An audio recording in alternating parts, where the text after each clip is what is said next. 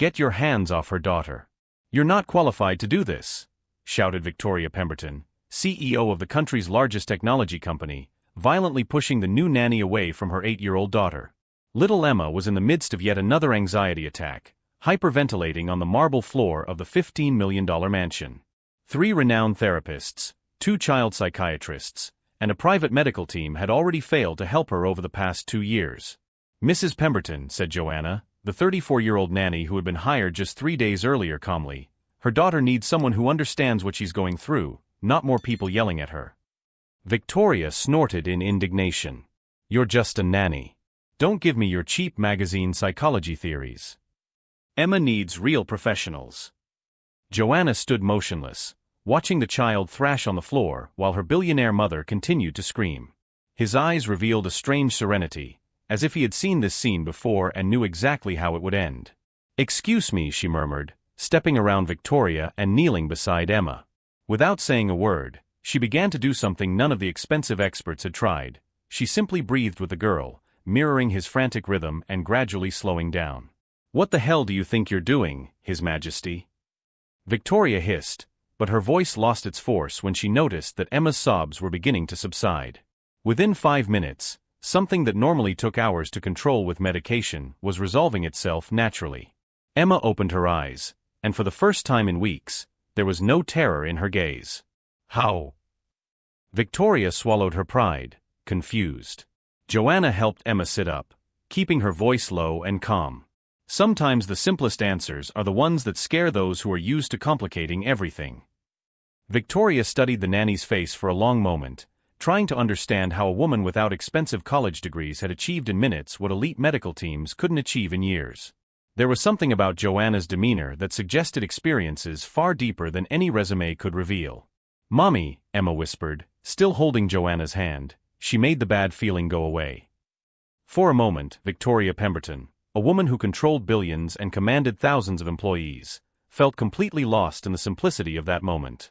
If this story of transformation and revolutionary methods touched his heart, don't forget to subscribe to the channel to find out how an unqualified nanny was about to teach one of the most powerful women in the world that not all knowledge comes with a diploma on the wall. In the days that followed, Victoria watched Joanna with the suspicion of an executive accustomed to controlling every variable in her life. The nanny had achieved something that dozens of expensive professionals had failed to do. Emma slept through the night, ate without distractions, and even more impressive, was attending school without panic attacks. This is temporary, Victoria muttered on the phone to her personal assistant. Probably she's sedating my daughter with some dubious herb. I want you to investigate the past of this woman thoroughly. What Victoria discovered in the reports made her even more angry. Joanna Williams did not have a college degree, had worked in modest family homes, and worse still, had grown up in public orphanages. How can this person understand the needs of a child like Emma? He muttered, throwing the papers onto the mahogany desk. Meanwhile, in the 15-square-meter children's room decorated by European designers, Emma laughed for the first time in months. Joanna had created a calm warrior game, where breathing deeply was like donning magical armor against scary thoughts. My mom doesn't like you, Emma commented innocently, arranging her books the way Joanna had taught her, a simple control technique that gave her a sense of power over her environment. I know, Joanna replied calmly, continuing to fold his clothes. Her mother is used to solving problems by buying expensive solutions. She doesn't understand that some things can't be bought. Victoria chose that exact moment to enter the room, her expression icy. Joanna, I need to talk to you. Now. In the main office, overlooking the $2 million garden, Victoria crossed her arms. You're filling my daughter's head with your simplistic philosophies. Emma needs serious medical treatment, not childish games invented by someone with no qualifications. Joanna remained standing, her hands relaxed at his sides. Mrs. Pemberton, may I ask when was the last time you spent an entire hour just talking with Emma? No cell phones, no meetings, just the two of you. Victoria's face hardened. Don't give me that cheap self-help psychology. I work 16 hours a day to give Emma everything she needs. Everything except her presence, Joanna murmured, so low that Victoria almost didn't hear her. What did you say? The executive's voice rose an octave. I said Emma doesn't need more expensive therapists. She needs to feel safe, and children feel safe when they realize that the adults around her know what they're doing. Victoria laughed scornfully. And he knows what he's doing? A woman who grew up in an orphanage is going to teach her how to take care of her own daughter. It was at that moment that something changed in Joanna's eyes. For a split second, Victoria saw a depth that made her involuntarily recoil. It wasn't anger or hurt. It was something much more disturbing, a complete understanding of the situation and absolute calm in the face of the storm. Growing up in an orphanage taught me a few things that expensive universities don't teach, Joanna said, her voice remaining calm. It taught her that anxious children usually have very real reasons to be anxious. And it taught her to recognize when a problem isn't with the child, but with the environment around her. Victoria felt something uncomfortable forming in his stomach. Are you implying that I'm the problem? I'm saying that Emma is anxious because she feels she has to be perfect to deserve attention. And I'm saying that 3 years of therapy didn't fix that because no one was looking at the real cause. The silence that followed was deafening. Victoria Pemberton, accustomed to intimidating CEOs of rival corporations, found herself completely speechless in front of a nanny who spoke with the authority of someone who truly understood her daughter. "You're fired," she finally said, her voice trembling with her barely contained anger. Joanna nodded calmly. Emma knows this was coming. She'll regress in the next 48 hours, and within a week you'll be looking for your 5th therapist. But when that happens, I hope you remember this conversation. As Joanna walked toward the door, Victoria shouted, "Don't you dare lecture him on how to be a mother." Joanna stopped, turned slowly. "I'm not lecturing you. I'm just making an observation. Emma has the most powerful mother in the country, but she feels like the most invisible child in the world." Each new attempt by Victoria to humiliate Joanna only revealed a silent strength being fueled by the very injustice he was trying to impose. What that privileged woman, a woman, didn't know was that every act of contempt was writing her own sentence, not of defeat, but of a lesson that would change her life forever. 48 hours after Joanna's dismissal, just as she had predicted, Emma had her worst anxiety attack in months. Victoria found her daughter hiding under her bed, hyperventilating and repeating, "Where's Joanna? Where's my magic armor?" "Emma, stop this nonsense," Victoria shouted, trying to drag the child out. Joanna was just an employee. "I've already hired Dr. Peterson, one of the best child psychologists in the country." But Emma refused to leave, screaming that she just wanted Joanna back. The crisis lasted 4 hours, ending only when Victoria, desperate, called the doctor and authorized stronger sedatives. Meanwhile, across town, Joanna was sitting in the modest living room of his apartment, typing methodically on his laptop. During her 3 days at the Pemberton mansion, she had done much more than just take care of Emma. She had observed, documented, and most importantly, listened. "Are you sure about this?" asked Marcus, his younger brother, an investigative journalism student, looking over her shoulder at the screen. "Because if we're right about this information..." "I'm sure," Joanna replied calmly, showing him a series of screenshots and notes.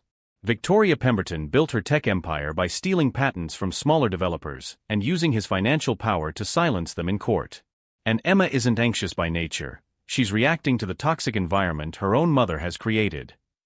Marcus nodded, impressed by the meticulous organization of the evidence that her sister had gathered. "How did you get all this in just 3 days?" Joanna smiled for the first time since she'd been fired. Rich, arrogant people make the same mistake every time. They think employees are invisible. Victoria made 3 incriminating phone calls in my presence, left sensitive documents lying around the office, and treated her own daughter like a failing business project. Over the next week, Victoria hired and fired 2 different therapists. Emma refused to cooperate with either of them, constantly asking for Joanna and the calm warrior games. The anxiety attacks intensified, the medication lost its effect, and the girl began missing school again. "This is unacceptable," Victoria exploded during an emergency meeting with the medical team. "My daughter cannot depend on an unqualified nanny. There are scientific protocols for this." Dr. Matthews, the most expensive child psychiatrist in the city, adjusted his glasses nervously. "Mrs. Pemberton, sometimes children form specific bonds that are difficult to replicate. Perhaps we should consider..." "Don't you dare suggest that I bring her back," Victoria cut his speech, slamming her hand on the marble table. "I've controlled billions in negotiations. I'm not going to be defeated by an 8-year-old and an orphanage nanny. What Victoria didn't know was that Joanna had spent the entire week researching and documenting not only the CEO's questionable business past, but also his destructive pattern as a father. Conversations with former company employees, analysis of filed court cases, and even detailed observations of Emma's behavior revealed a devastating picture. Look at this, Marcus showed Joanna the computer screen. I was able to confirm 3 of the plagiarism cases you documented. And there's more. She uses her own daughter as an alibi for unethical actions, claiming she's building a better future for Emma every time she crushes the competition. Joanna studied the documents with a serious expression. Emma isn't suffering from generalized anxiety disorder. She's developing symptoms of post-traumatic stress from living with a narcissist who treats love like a performance and approval like a currency. The turning point came when Victoria, in his growing desperation, decided to publicly expose her victory over the incompetent nanny in an interview with a famous business magazine. Some people think that money and education don't matter, she told the reporter, but I've proven that professional methods always trump amateur intuition when it comes to a child's well-being. The interview was published under the headline, Billionaire CEO explains how corporate discipline solves even family problems. Victoria shared the article on all her social media accounts, adding, "Lesson learned. Never let sentimentality compromise important decisions. #effective leadership #businessmom." Joanna read the entire article, then slowly closed his laptop. Now she's given me exactly what I needed. What are we going to do? Asked Marcus, watching the growing determination in his sister's eyes. We're going to show Victoria Pemberton that underestimating people is the most expensive mistake anyone can make, replied Joanna, already picking up the phone. And we're going to do it using her own arrogance as a weapon. As she dialed the number she had memorized, Joanna smiled as she thought of Emma. Soon, the girl would have backed not only his magical armor against anxiety, but also a mother who would finally understand that being powerful does not mean having the right to hurt those who are more vulnerable.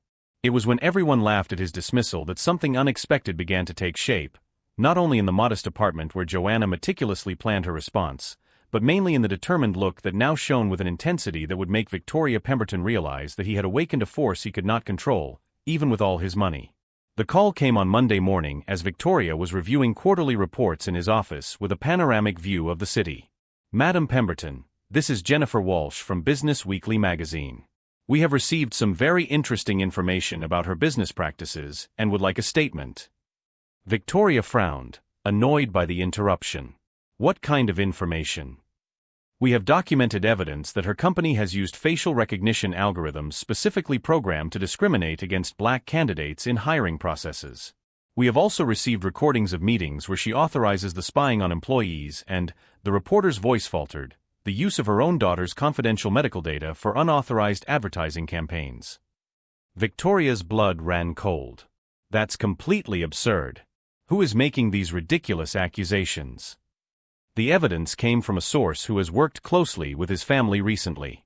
Joanna Williams provided extensive documentation, including audio recordings of conversations that took place at her residence.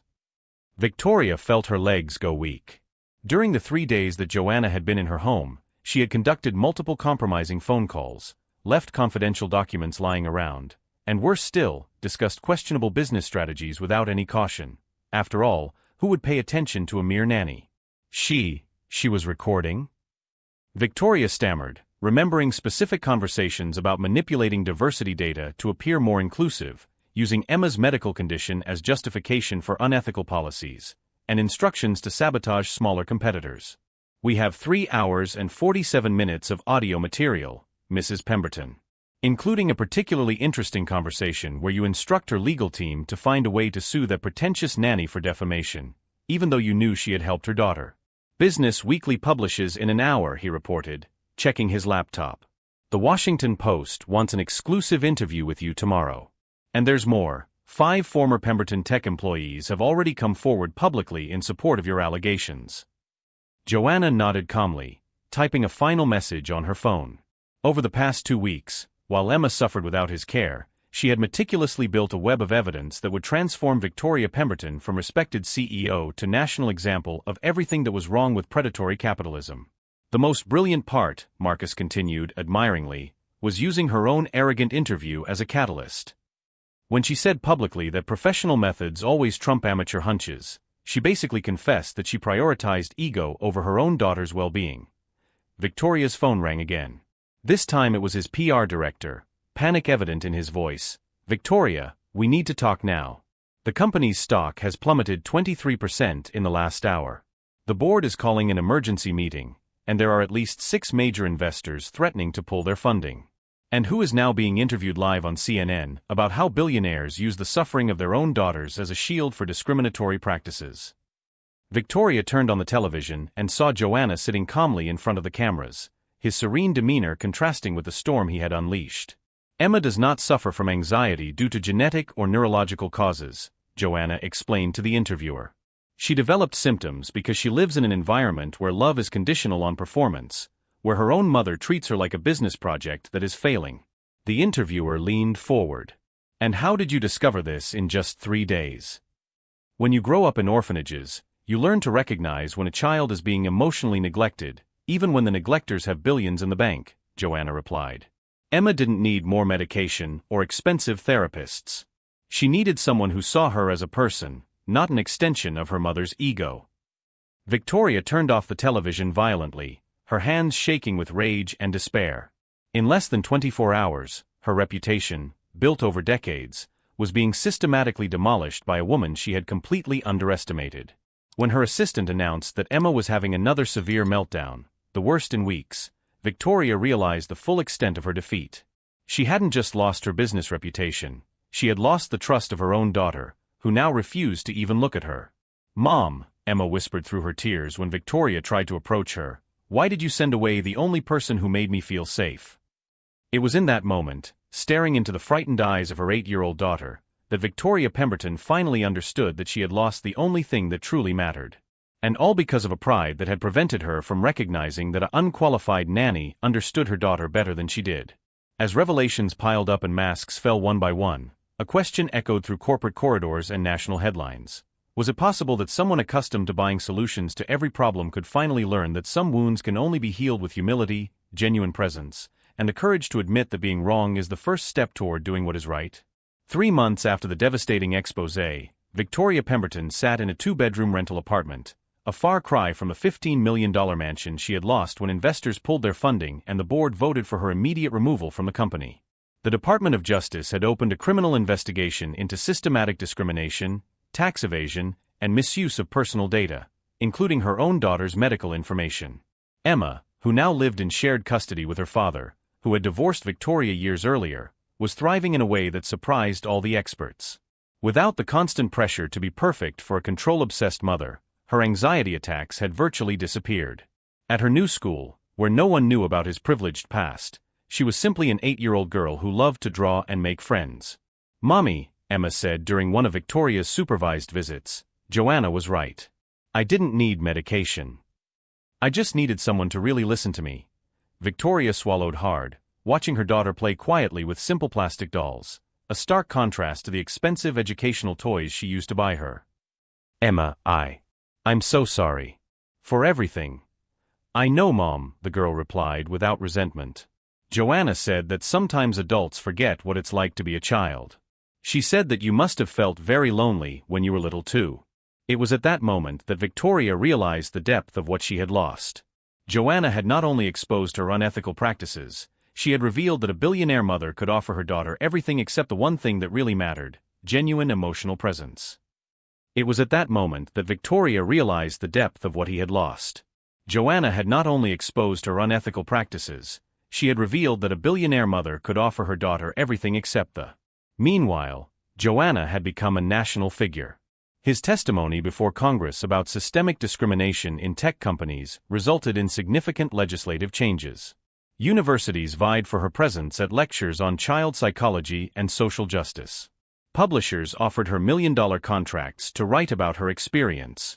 "You've become exactly what you always wanted to be," Marcus commented, watching his sister review job offers in her new home, modest but comfortable, located in a diverse neighborhood where Emma sometimes came to visit on weekends.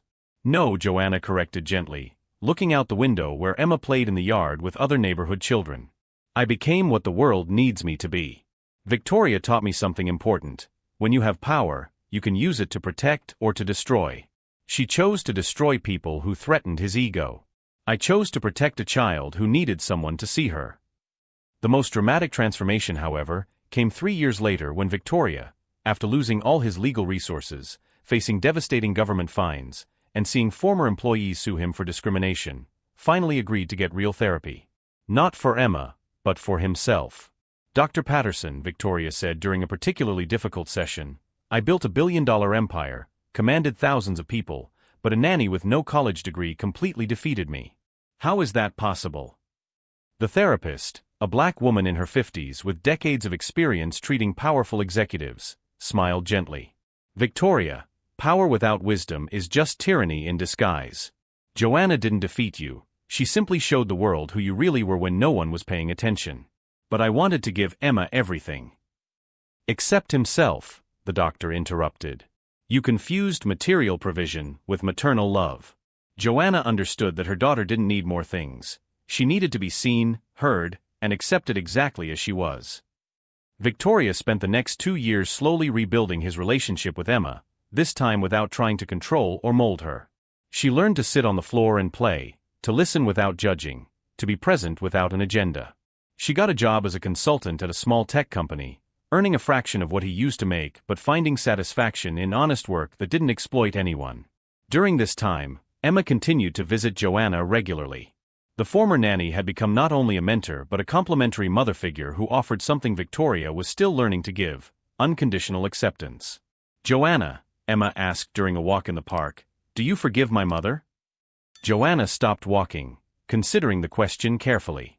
Emma, forgiveness doesn't mean forgetting what happened. It means choosing not to let someone's anger poison his own heart. Your mother hurt me, but the pain she caused me has turned into strength to help other people. And more importantly, she's learning to be a better mother to you. 5 years after Victoria Pemberton's downfall, a new federal law was passed, informally known as the Joanna Act, requiring technology companies to undergo regular diversity audits and face criminal penalties for systematic discrimination. Joanna, now with his own institute dedicated to children's welfare, was invited to the signing ceremony at the White House. In the audience, sitting in a simple chair at the back of the auditorium, was Victoria.